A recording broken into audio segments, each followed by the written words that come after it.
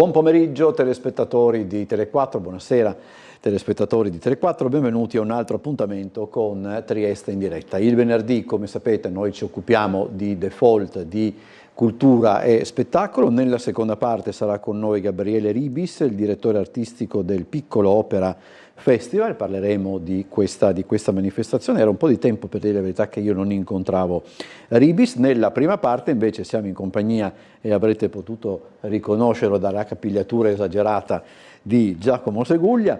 Buonasera a tutti. Attore, regista, che è anche autore in questo caso. Adattatore di un'iniziativa, perché è un'iniziativa più complessa della quale parleremo, iniziativa che si esplicita la prossima settimana, il 25 e il 26, quindi giovedì e venerdì della prossima settimana appunto, alle ore 21 al giardino del Museo Sartorio. Si intitola El passeggero dimanda se sarà bel, e chi è già un pochettino attento e chi avrà già scorto i cartelloni, devo dire la verità, fra l'altro molto belli, che si vedono, in città. La grafica di Mario Bobbio. Ecco, perfetto. Ah, lui è proprio l'autore. Dicevo, chi sta attento a queste cose avrà intuito che si parla di Carpentieri Faraguna. Esatto, sì, è un omaggio a Carpentieri Faraguna, fa parte di un progetto proprio di legame col territorio e quindi perché non fare un tuffo nella triestinità e non solo attraverso Carpentieri Faraguna. L'idea è nata un po' anche per quanto riguarda lo spettacolo che vedrete settimana prossima, vedendo la mostra che invito tutti quanti ad andare a vedere, della Contrada al Museo Schmidl, quindi facendo un tuffo nei ricordi, in quel caso dei 50 anni del Teatro La Contrada, in questo caso dello spettacolo un tuffo nel mondo di Carpentieri e Faraguna, che vengono magari ricordati per le Maldobrie, ma non hanno scritto soltanto quello. Noi ci concentriamo infatti sul recupero di Serbidiola, quindi le poesie con Jerimo Putei, che raccontano quella Trieste che non c'è più, facente parte ovviamente ancora di quando c'era l'Austria, la Defonta. Non dir così a Colautti, perché se no si impizza. No, insomma, verrà sicuramente. No, sappiamo di cosa parliamo, ecco, di quel mondo lì, ma facendolo rivivere, non come un omaggio, in questo caso museale. Infatti il teatro ha dato modo ai giovani anche di avvicinarsi a questo materiale. Infatti ci tengo a dirlo, in scena saremo in una bella compagnia mista, quindi ci sarà Adriano Giraldi e Marzia Postogna, Omar Giorgio Maclufi, Enza De Rose e Giacomo Seguglia. Allora, quando noi...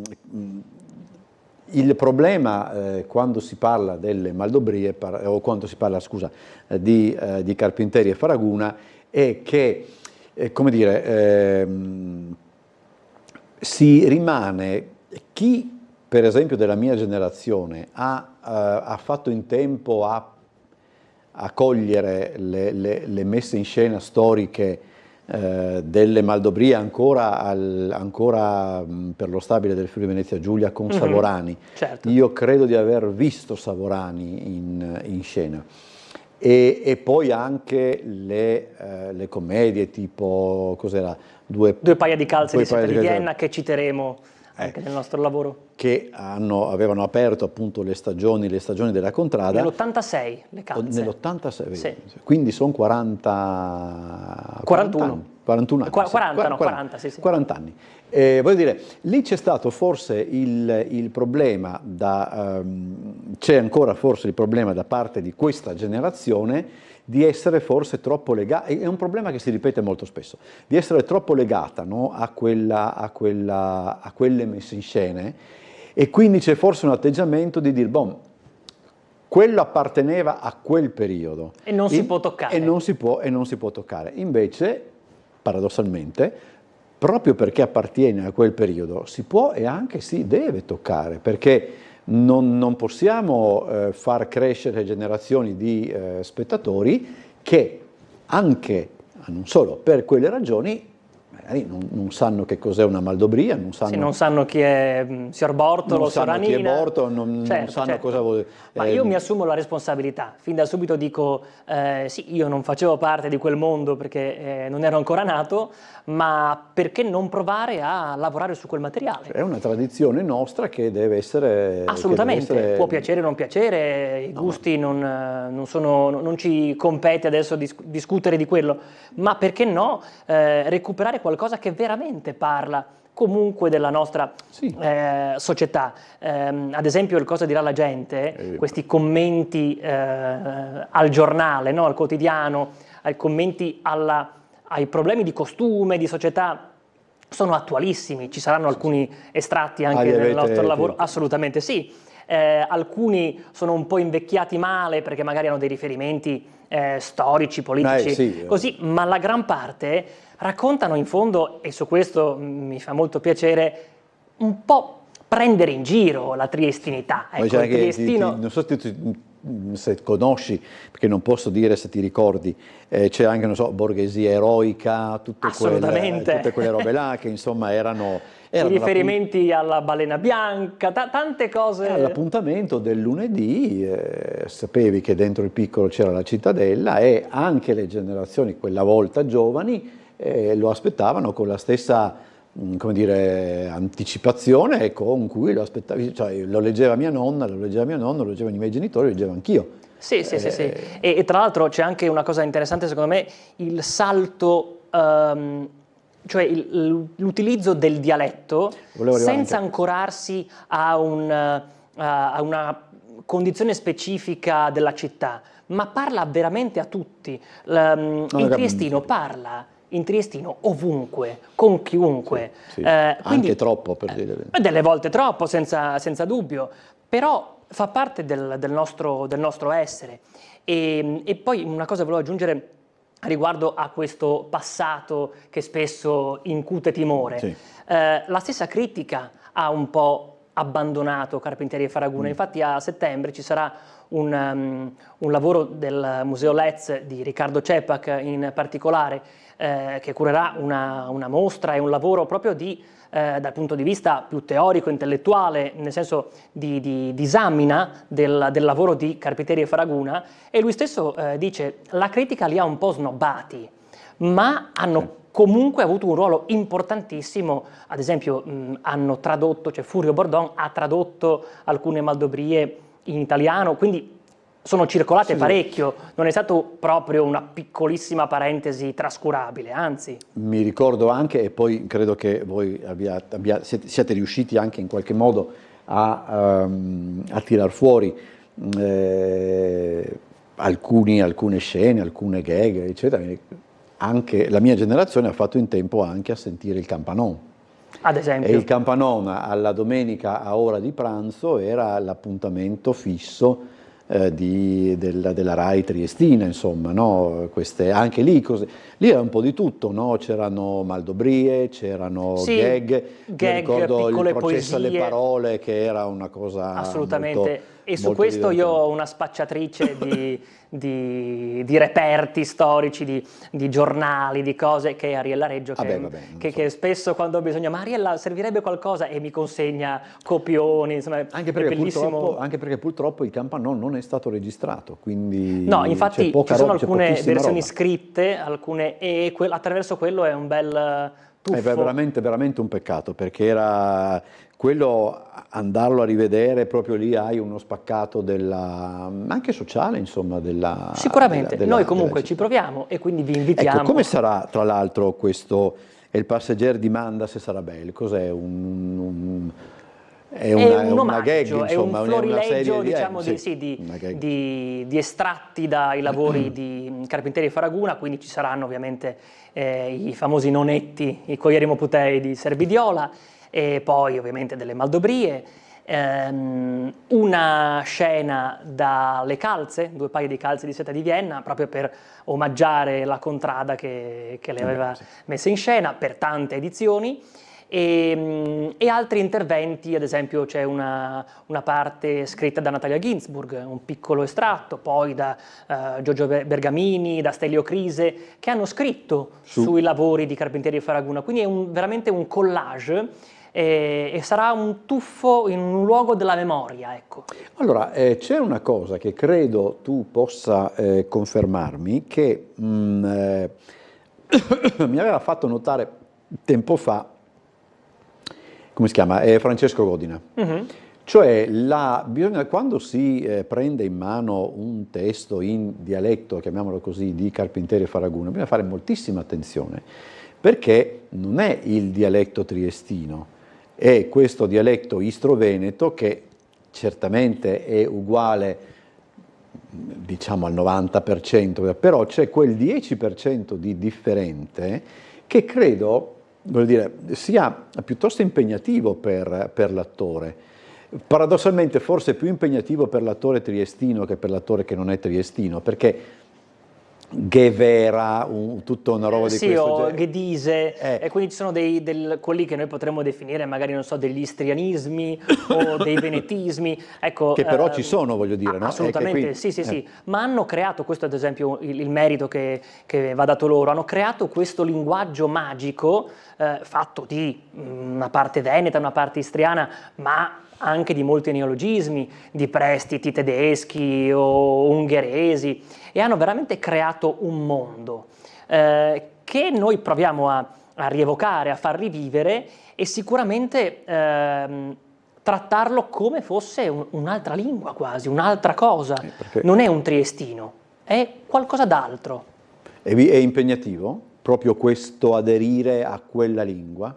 Sì, ma per me è sempre stato un gioco, quindi lo faccio con piacere. Quindi sì, ho molti amici che mi prendono in giro perché dicono che parlo veramente come prima di Carpentieri e Faraguna, così, ma è anche un bel gioco ripescare cose che non ci sono più e poi usare invece anche dei termini nuovi. Perché poi si apre il dibattito con molte persone su ma quel nos'è dialetto? Se dici così, no, la lingua cambia, già io non parlo lo stesso triestino che parlano i ragazzi di 15 anni oggi al liceo. Quindi... Poi dopo ti domanderò invece un'altra cosa, sempre di letteratura, eccetera. Mi dicevi che c'è un progetto in realtà, cioè che appunto questo della prossima settimana è un primo appuntamento? Non un primo, ma fa parte di un progetto, sì, è il Passeggeri di Manda, della Contrada in collaborazione con la Regione attraverso un bando della Regione, il bando che puntava a valorizzare il territorio attraverso le sue imprese anche, quindi ci sono stati degli appuntamenti con Contime, il locale in via Roma, dove abbiamo letto delle maldobrie di argomento legato a prodotti del territorio, poi un'incursione 2 settimane fa da Toso, senza troppa pubblicità, ma abbiamo letto delle maldobrie là dentro con la gente che entrava, ovviamente maldobrie legate a alla drogheria, a quella bottega, insomma. Che... E poi Toso non è neanche più una drogheria, Toso è Toso, sarebbe difficile. Appunto, non dici vado da Toso, ecco, trovi un po' di tutto, ecco.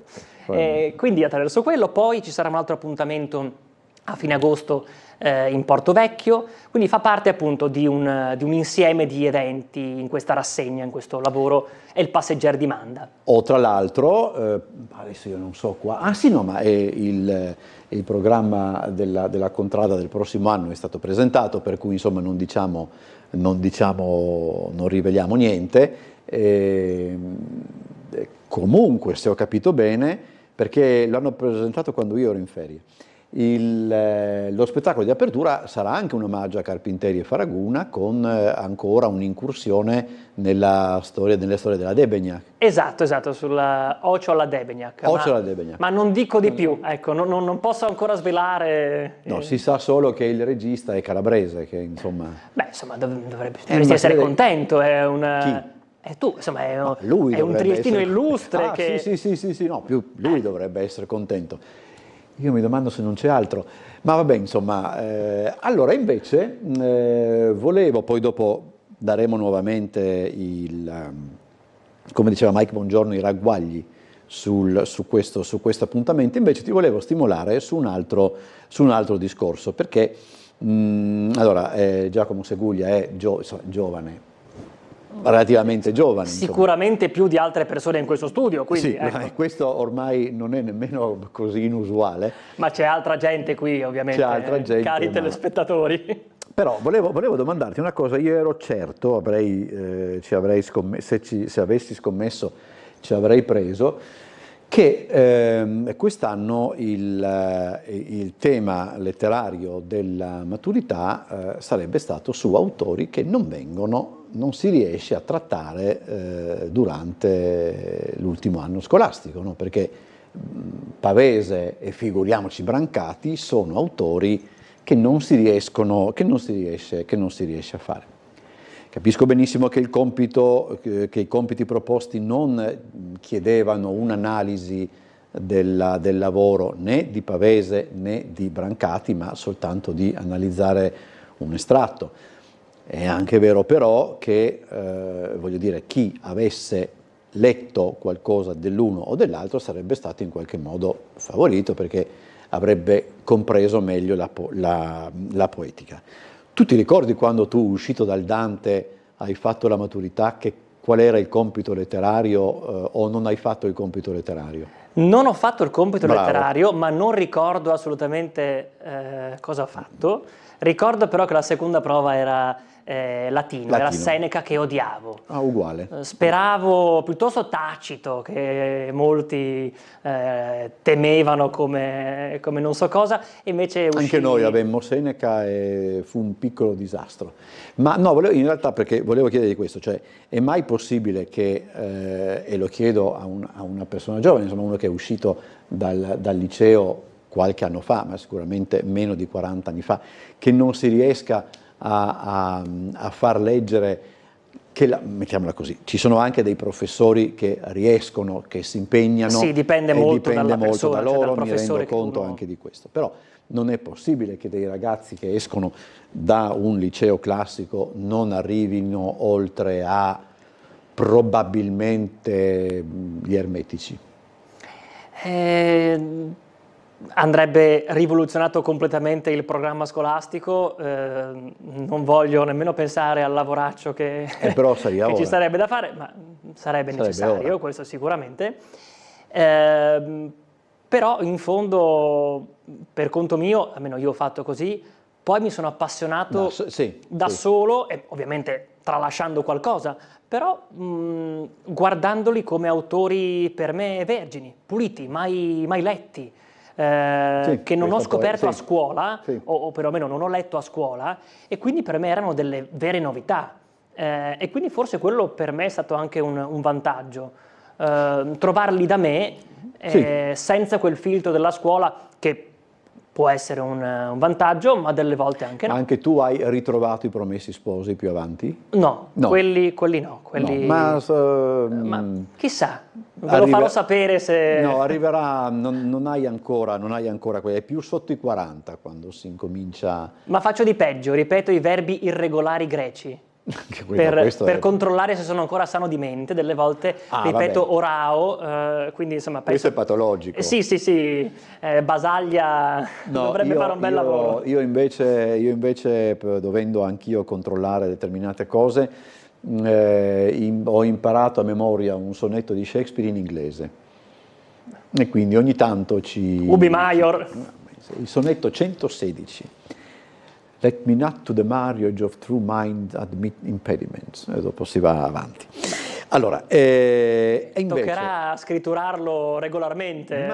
Ma io mi sono proposto, per fare Shakespeare in the Park al Rossetti quest'anno, ho detto: voi me lo dite, io mi faccio trovare in un cespuglio, salto fuori, dico questa cosa in inglese, eccetera. Invece quest'anno Shakespeare lo spettacolo a Miramare del Teatro Stabile del Friuli Venezia Giulia non riguarda Shakespeare, comincia tra l'altro la prossima settimana, il 27, quindi tu hai anche tempo di andarlo a vedere. Assolutamente sì. E quindi questa mia aspirazione viene a decadere per colpa di chi? ovviamente del succitato Davide Calabrese. Per colpa di Calabrese, che è il regista di questa cosa che si chiama... Ma dopo la pensione le cose cambiano, quindi chissà che dopo... Chi va in pensione? Calabrese. Quando tu andrai in pensione, sì, ciao. Sarà un dispiacere per tutti i telespettatori, sì, questo mi sicuro. immagino. Invece, sempre parlando di scuola, no? Io mi ricordo... tu avevi fatto teatro a scuola, avevi incominciato con la scuola a fare Tra l'altro teatro. con gente che poi ha fatto carriera, quindi sono felice. Io col gruppo teatro del Dante ho cominciato con Laura Samani come regista, che poi è diventata regista di cinema. Meraviglioso per me, un anno di scuola da poco uscito, faccio pubblicità, andate a vederlo, recuperatelo, sì, ma tutti i suoi lavori. Altri colleghi che hanno fatto, chi il Piccolo di Milano, chi altre scuole, sono rimaste sì, nel mondo dell'arte, del teatro. Sì, quindi, ma il primo approccio è stato col ricreatorio, il Fondasalve. Il Fondasalve. Sì, è sempre bello spiegare ai non triestini quando vado in giro cosa sia il ricreatorio, e quindi è sempre un bel modo per rappresentare la solita nostra diversità triestina, ecco. Però Giacomo, c'è anche un'altra grande mancanza della scuola italiana che riguarda appunto il teatro e anche la musica, poi parleremo anche teatro, musica, storia dell'arte, ecco. Non c'è, ormai credo che la scuola per quanto riguarda teatro e musica il treno l'abbia perso definitivamente, perché non vedo... Ci sono ovviamente soltanto delle iniziative singole di alcune scuole, ma sì, una cosa strutturale non c'è. Ma secondo te perché? È una domanda che mi sono posto e ci si pone spesso anche con amici e colleghi, e io non ho ancora una risposta. Mi consolo dicendo forse è meglio così. Quindi, potrebbe anche... che troppo teatro fa male, no? Scherzo, lo dico così per sdrammatizzare. Invece in realtà è veramente una grande occasione, e lo dico sempre quando ho la fortuna, il piacere insomma di fare alcuni piccoli corsi di teatro brevi in alcune scuole. Dico, non dovete fare per forza teatro quando sarete grandi, fate quello che volete, cioè usate il teatro, ma tutto quello che fate a scuola come un'opportunità, un momento per scoprire qualcosa di voi e di qualche vostro interesse, di qualche vostra passione, ma come un pretesto. A scuola non impari niente è fondamentale che ti resta. Hai degli strumenti, il docente, ma questo in generale per me in qualsiasi campo, non ti insegna veramente a fare 2 più 2, quello ma ti insegna come arrivare, ti indica una via, ti mostra una strada che poi tu puoi percorrere. Questo in genere lo capisci dopo, no? Sicuramente, ma quello è fondamentale. La scuola non insegna soltanto le nozioni, la scuola dovrebbe dare una via, ecco. Torniamo più sulla professione dell'attore. Non mi ricordo se te l'ho chiesto, tu come impari a memoria i testi? O quantomeno usi sempre quel metodo o dipende? No, dipende molto dalla tipologia di lavoro che vado a fare. Se ho dei monologhi molto lunghi preferisco la memoria scritta, quindi scrivo, sì, lo leggo, lo penso, poi lo scrivo finché non scorre di getto. Invece magari dei dialoghi più serrati li leggo, li ripeto spesso magari con il collega, con i colleghi che ci sono, quindi dipende molto dal tipo di testo, e sono uno che ha pessima memoria, nel senso non mi ricordo mai 3 cose che devo comprare per andare a fare la spesa, quindi però, non vuol dire niente, a teatro è un'altra cosa, quindi quello è il bello. Senti, adesso ci sono tutte queste teorie su come si deve affrontare un ruolo, eccetera, c'è la disposizione britannica che è molto, come dire, distaccata, c'è la questione, come si chiama, c'è il modo americano, insomma il metodo, tutte queste cose qua. Cioè. Poi, insomma, al di là poi del fatto che conta il risultato che si vede sul palcoscenico, non come ci si arriva, che tu prediligi una di queste due metodologie, o non è o è un discorso più che si pongono, che ci poniamo noi, che guardiamo certe cose per curiosità, eccetera, o è anche esclusivamente un discorso che tirano fuori gli addetti stampa di certi attori cinematografici per fargli vincere un Oscar, nel senso quello di secondo me infatti è una cosa più del cinema, sì. Perché io ho una formazione legata con dei maestri legati al mondo russo, quindi Stanislavski ovviamente la base, ma poi Maria Knebel, Anatoly Vassiliev, ma con ovviamente un approccio anche europeo, quindi di tradizione italiana e francese della pedagogia teatrale di questi due paesi, e cerco di fare sempre un insieme di cose, o perlomeno un attore secondo me deve trovarsi un proprio metodo di lavoro, che non è mai fisso, cambia. Sì, cambia secondo me. Io mi rendo conto che in base al lavoro, in base al momento, se ripesco degli appunti di 10 anni fa, dico, ma non ero io. Conservi i copioni? Sì, io sono tremendo. Infatti ho la casa invasa di libri spartiti e copioni. Con le annotazioni, Sì, salvo tutto. È una cosa che mi fa... E spesso torno a riguardarli, rivederli. No, deve essere anche molto, molto bello, insomma. Sì, un sacco di emozioni, ricordi, quindi mi piace. Allora, quest'estate, oltre che con questo Il Passeggero di Manda, tu sei impegnato anche con altro? Sì. Non so quante cose posso già svelare, ma sicuramente fa molto piacere ricordare un appuntamento che avverrà il 18 luglio, un concerto per Ezio Bosso, in Piazza Verdi, con la produzione del Teatro Lirico Giuseppe Verdi di Trieste, con un sacco di musicisti, cantanti, insomma è un bel mix, una festa. Presenti, no? Canti? Recito, leggo, insomma si fanno un po' di lavori insieme, si mixa un po'.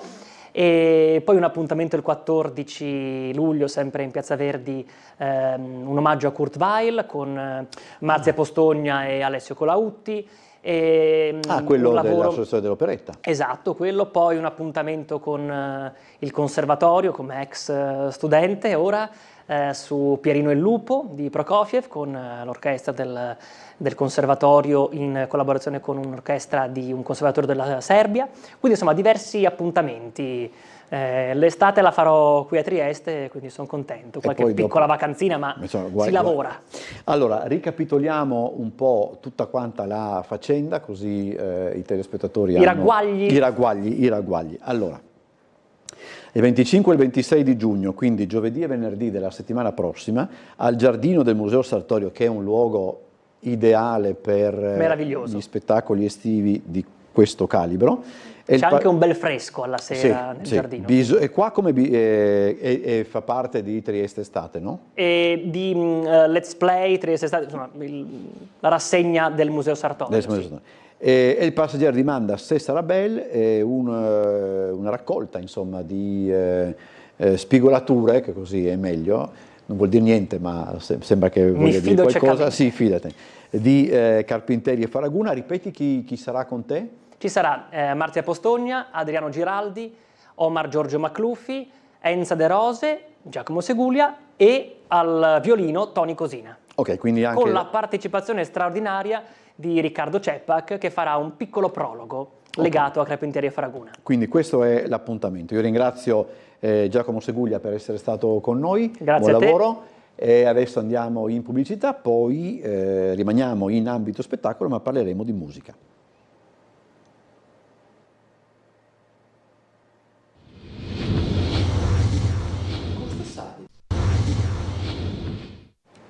Seconda parte di questa puntata di Trieste in diretta. Come abbiamo annunciato, siamo in compagnia di Gabriele Ribis, che è il direttore artistico di Piccolo Opera Festival, che è arrivato alla 19ª edizione. Quindi il prossimo anno grande festa. Quando si arriva sempre ai compleanni tondi si cerca di, giustamente, lì si celebrano in maniera importante. È cominciato ieri, no? Sì, è cominciato ieri. Cominciato ieri con Aida Libera, una coproduzione tra Piccolo Opera Festival, l'Opera di Avignone e il Teatro Nazionale di Nova Gorizia, che pur essendo un teatro di prosa ha deciso di intraprendere con noi questa collaborazione per mettere in scena un'opera, e questa sera c'è la prima al Teatro di Nova Gorizia nel nuovo anfiteatro che è stato costruito nel retro del Teatro Nazionale, una nuova struttura bellissima che inaugura questa sera la sua prima stagione estiva con l'Aida Libera. Quindi sarà anche, è una scelta anche, come dire, molto intelligente, perché sono queste le immagini? Queste sono le immagini di ieri sera al Castello di Spessa. Ecco, e logicamente così c'è la possibilità anche di recuperare gli spettacoli nel caso ci fosse brutto tempo, che questo è uno dei grossi problemi quando si tratta di spettacoli estivi. Allora, il titolo dello spettacolo, Aida Libera, ci suggerisce un pochettino quello che è il tema portante dell'edizione di quest'anno. Sì, è una libera traduzione. Il titolo originale, siccome la produzione partita appunto da Avignone, era Aida déchaînée, che tradotto sarebbe scatenata. Sì. Ma allora in un certo senso ci può stare, perché abbiamo in realtà un giovane compositore, nemmeno ventenne, che ha fatto una trascrizione della musica di Verdi per cornetta, arpa e live electronics. E ci sono dei momenti che sembra veramente Verdi da discoteca. E abbiamo deciso di fare questa operazione un po' ardita per creare delle sonorità nuove e anche far sentire più vicina la musica di Verdi ad un pubblico più giovane, ecco, e un po' anche per forse scioccare i più tradizionalisti con qualcosa di diverso. Ma in sostanza la motivazione è: l'opera non è vecchia, l'opera non è da museo. Su questo poi torniamo, perché volevo collegarmi anche a parte dei discorsi che abbiamo fatto con Giacomo Seguglia prima. No, io intendevo anche che mi sembra di capire che anche libertà è un po' il concetto. Sì, è diciamo il fil rouge di questa edizione. Abbiamo intrapreso un percorso triennale scegliendo come padrini 3 personaggi legati al teatro musicale che hanno avuto una frequentazione con Gorizia. Siamo partiti l'anno scorso con Antonio Casanova in occasione del 300° anniversario della nascita. Quest'anno il personaggio ispiratore del festival è Lorenzo da Ponte, che ha anche avuto una frequentazione importante con Gorizia, ma anche con Trieste, e poi magari ne parleremo, e per chiudere il prossimo anno con Carlo Goldoni. Per quanto riguarda Da Ponte abbiamo pensato proprio al tema della libertà, perché nel pensiero di Da Ponte la libertà era un aspetto fondamentale. Non a caso è lui che ha scritto Viva la libertà nel Don Giovanni, quindi un tema che gli era molto caro. E abbiamo, diciamo, inserito nella programmazione ben 5 titoli quest'anno, alcuni in formato ridotto, ma 5 produzioni. C'è una piccola un'edizione piccola di Traviata che abbiamo intitolato Sempre Libera, e che è fondata soprattutto sul rapporto tra Dumas e il libretto di Piave, quindi un raffronto tra il romanzo, tra il testo originale e poi il libretto elaborato da Piave, e anche Il prigioniero di Dalla Piccola, compositore nativo di Pisino. Il titolo non parla di prigionia, parla di libertà, che è il tema con cui Dalla Piccola ha sviluppato questa trilogia composta dai canti di prigionia, Il prigioniero e i canti di liberazione. Siamo alla fine della Seconda Guerra Mondiale, quindi era un tema quanto mai attuale. E siamo andati avanti anche con altri spettacoli, abbiamo più di 20 eventi nel programma e tutti hanno come filo conduttore appunto la libertà. Tra l'altro, non so, non vorrei fare delle domande che possono sembrare stupide, ma per esempio se la Traviata è tratta appunto dalla Signora delle Camelie di Dumas figlio, perché cambiano i nomi? Perché non rimane Margherita Gautier? Non credo che in questo caso ci sia un problema di pronuncia. Io posso fare delle ipotesi, non vorrei che fosse per motivi di diritti diciamo, di cambiare leggermente quelli che erano nomi. Allora, la cosa più importante nella versione che faremo a Villa Vipolge il giorno 3 luglio, Vipolzano, è a 2 passi da Mossa, è una bellissima dimora nobiliare, ristrutturata meravigliosamente, è l'inversione soprattutto dell'ordine, perché la cosa principale nel romanzo di Dumas Figlio è che Violetta, Margherita, racconta alla fine che ha abbandonato Alfredo perché il padre è venuto a trovarla e gli ha chiesto di farlo, mentre Verdi lo mette al centro dell'opera, e il duetto, anche per la sua dimensione, è uno dei brani più importanti di tutta l'opera. Invece in Dumas Margherita scappa e Armand non riesce a capire perché. Solamente alla fine lei svelerà che il padre è andato a trovarlo e l'ha costretta in un certo senso a abbandonarlo per il bene della famiglia. Quindi, allora, mettiamola così, se Verdi avesse seguito Dumas, probabilmente non ci sarebbe stato di Provenza il mare e il suolo.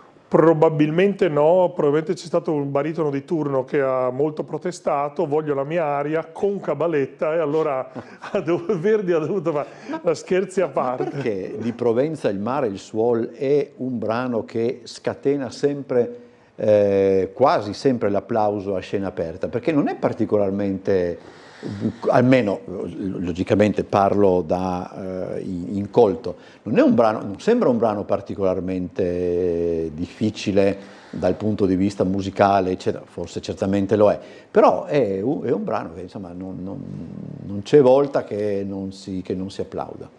Allora, qui mi chiamo in causa perché da baritono ne so qualcosa, l'ho anche cantato diverse volte.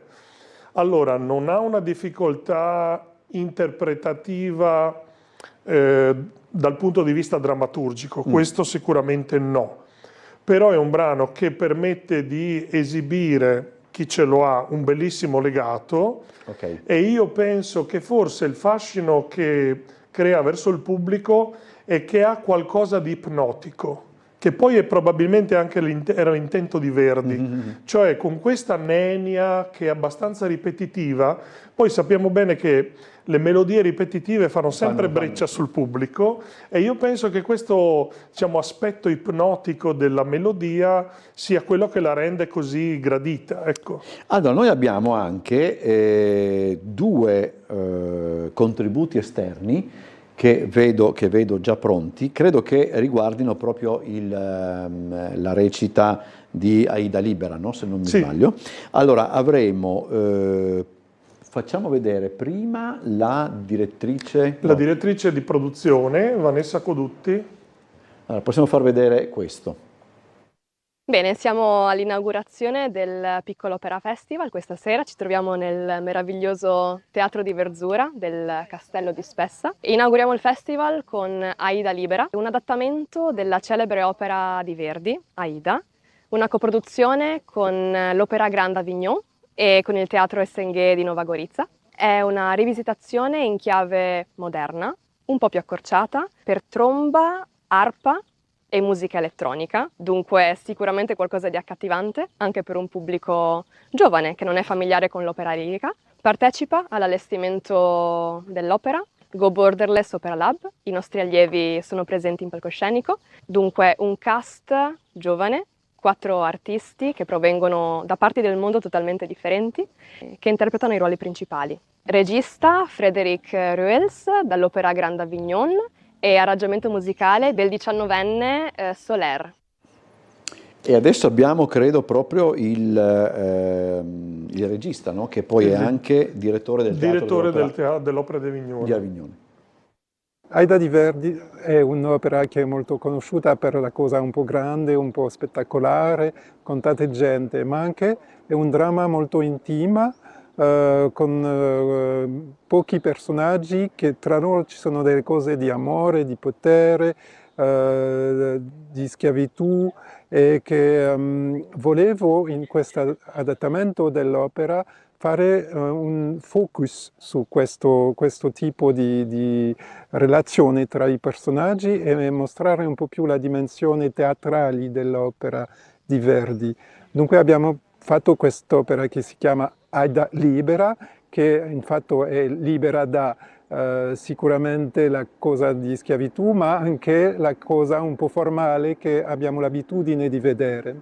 E per questo abbiamo anche fatto un adattamento musicale e abbiamo tagliato l'orchestra, il coro e solo ci sono 3 musicisti, un'arpa, un cornetto e l'elettronica.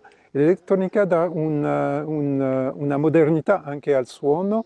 Le note sono quelle di Verdi, non abbiamo cambiato niente alle melodie, alle voci dei personaggi, ma abbiamo fatto un suono molto più contemporaneo, molto più di oggi. Anche l'idea è di cercare un po' di incontrare nuovi pubblici come giovane, come gente di oggi che non hanno l'abitudine di sentire la musica classica, ma piuttosto la musica moderna, la musica di electro, la musica... cerchiamo di fare incontrare questi 2 mondi. Allora, tra l'altro devo dire la verità, io ho visitato Avignone e se avete la possibilità andateci perché è una cittadina bellissima, una cittadina che trasuda cultura, c'è il Festival di Avignon credo in questo periodo, è un bellissimo posto non distante da Marsiglia, ci si arriva in treno da Marsiglia. Qui c'è appunto possiamo adesso anche grazie a questi 2 contributi affrontare un altro aspetto, insomma, è del festival ma che riguarda anche, se vogliamo, la concezione e la fruizione della musica, no? Perché non si capisce mai quanto sia giovane il pubblico che che segue un'opera lirica o per certi aspetti anche un concerto, ma io direi atteniamoci all'opera lirica. E, logicamente una degli ingredienti per catturare nuove generazioni è quello di rendere più liberi, utilizziamo anche questo termine, è quello di rendere più liberi determinati titoli, eccetera. Che forse può essere anche una scorciatoia, perché per come la vedo io, quando si fanno questo tipo di operazioni bisogna poi avere anche il coraggio di portarle avanti fino alla fine, cioè comincia in un modo, non è che poi dopo dici, boh vabbè, adesso abbiamo fatto vedere che se vogliamo sappiamo fare... Come si affronta un problema come questo? Perché non è il problema, ma certamente è un problema. Ma io credo che ci siano ambiti di azione differenti per istituzioni differenti.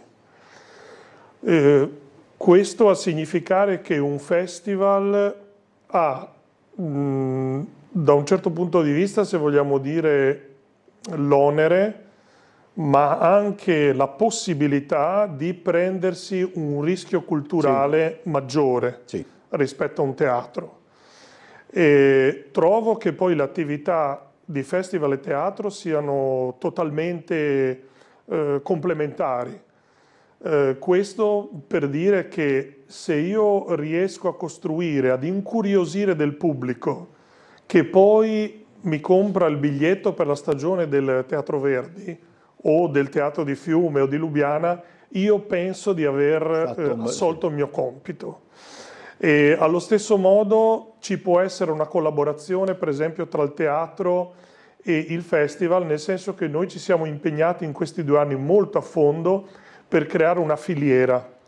Cioè abbiamo attivato con dei fondi del PNRR specifici su Gorizia un'accademia di alto perfezionamento in cui abbiamo attivato 2 corsi, uno per cantanti lirici e uno per stage manager, direttori di scena. E con nostro grande piacere abbiamo visto che c'è stata una attrattività internazionale, abbiamo avuto allievi che si sono iscritti, hanno partecipato da Russia, Kazakhstan, Giappone, Armenia, Cile, quest'anno Serbia, oltre che ovviamente Slovenia, Italia. E quindi diciamo che quello che ci interessa ed è importante fare è creare un percorso che dall'uscita del conservatorio possa portare alla professionalità. Questo non è solo nell'interesse del festival, ma nell'interesse anche dei teatri. E lo stesso percorso penso che possa farlo il pubblico. Ora, fare delle riduzioni, degli adattamenti è una cosa buona, ma io penso che è importante anche proporre dei titoli nuovi.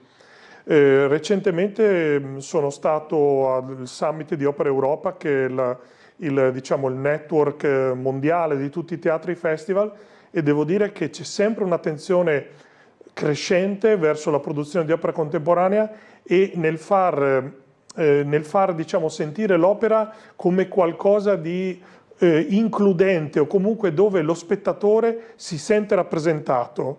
E ecco, per essere moderna l'opera deve poter raccontare storie di oggi, di persone di oggi, perché alla fine è una forma d'arte non diversa da quella che è la prosa e la danza, e dà possibilità di raccontare qualsiasi tipo di storia. Non è semplice. No, questo assolutamente no. È una bella sfida, però io penso che qui si gioca il futuro. Chiaramente ci sono titoli che non usciranno mai dal repertorio, perché sempre le persone avranno voglia di vedere Madame Butterfly, di vedere Traviata, di vedere Aida, però si può, diciamo, integrare. È importante questo per i festival in primis, ma anche per i teatri è ormai una necessità integrare il repertorio, avvicinandoci sempre di più all'epoca moderna e creando una proposta sempre più differenziata. Ma questo anche ripescando titoli che magari sono stati dimenticati, perché no? Ma poi c'è anche un altro discorso che credo sia fondamentale, però qui entriamo in un territorio, come dire, un po' pericoloso. Cioè l'ho detto anche prima, io mi domando come mai la scuola italiana non abbia nel corso degli anni come dire, compreso l'importanza di un'educazione musicale che vada anche oltre le scuole medie e che nelle superiori insegni storia della musica, perché il nostro è un paese che, insomma, ringraziando Dio, può contare su un patrimonio artistico e su un patrimonio musicale, teatrale e per certi aspetti anche cinematografico che dovrebbe essere in qualche modo insegnato. Secondo me il treno è passato, ce lo si è fatto scappare, non lo si riprende più. Però, voglio dire, rimane questa idea del rapporto fra scuola e musica che non è stato sviluppato. Sì, sicuramente questo è un tema. Io penso che un altro tema sia anche far sentire l'opera parte della comunicazione di massa, perché a più livelli spesso mi tocca di sentire che l'opera è una nicchia, che sì, c'ha il suo pubblico, è una parola che io detesto, poi mi fa anche sorridere perché appunto ero a questo convegno ad Amsterdam e durante un incontro avevo seduti sul palco di fronte a me i direttori del festival di Bregenz, di Savonlinna e di Aix-en-Provence. In 3 facevano 400.000 spettatori all'anno. Se questa è una nicchia, cioè Bregenz fa 250.000 spettatori, Savonlinna, Aix-en-Provence 60.000. Allora dipende dove si mettono le cose. Interessantissimo, per esempio, un fatto che ha raccontato un direttore di un festival di Rotterdam, mi diceva che alcuni anni fa la televisione nazionale olandese ha iniziato a proporre per un periodo una pillola di opera di 1 minuto, delle mini opere di 1 minuto che raccontavano temi svariati prima del telegiornale delle 8. Questo ha creato un balzo nel pubblico allucinante. Allora, se si vuole avere il coraggio di inserire questo, diciamo, patrimonio, perché è un patrimonio anche UNESCO l'ha riconosciuto, patrimonio nazionale nella comunicazione, senza guardare troppo di andare sempre all'audience facile, forse possiamo ancora invertire la rotta, perché non vorrei che se fosse solo imposto a scuola diventasse da parte dei ragazzi avvertito come un peso o un obbligo. No, ma ormai là non si recupera più. No, lì è quello ormai molto, proprio... Sì. Peraltro poi dopo ci sono state anche delle come dire, uscite improvvide di qualcuno che ha detto opera e balletto non interessano più nessuno, sì, e gli è costato un Oscar. Ma, questo è tutto dire che... Sì, secondo me c'è anche altro. Ma comunque, invece, su questo, voglio dire, il dato è questo, no? Che poi dopo, tutto sommato, è anche vero che noi siamo comunque pieni di musica, nel senso che, come dire, anche un ragazzo che magari non conosce l'opera, no? Però nel corso della giornata sente qualcosa che si rifà all'opera, quindi questo rimane ancora più misterioso, questo voler confinare l'opera, la lirica alla nicchia e a una sorta di ghetto intellettuale che, insomma, non è proprio, insomma. Laddove invece abbiamo ancora qualche minuto, volevo anche soffermarmi su un'altra caratteristica del festival, che è quello anche di andare appunto in luoghi che non sono, come dire, che non sembrano convenzionali, diciamo. Ecco, insomma. Direi che una delle caratteristiche principali,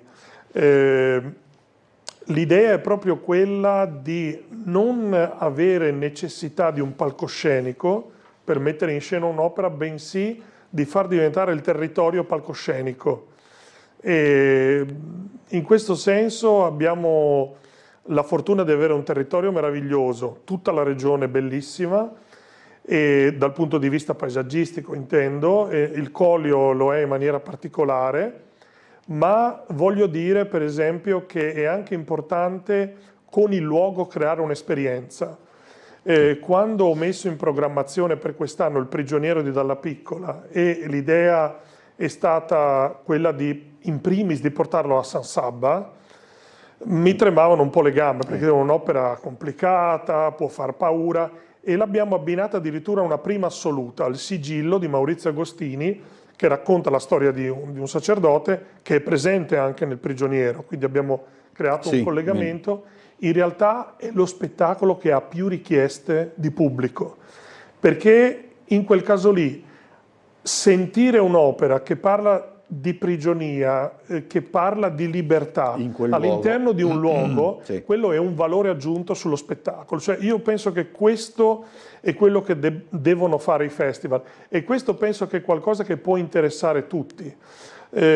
Quindi è bello, secondo me, pensare di proporre degli spettacoli con un'anima. Molto spesso ci sono dei luoghi molto belli che diventano tutti uguali perché si installa il mega palco tecnologicamente affascinante, che però annulla l'identità dei luoghi.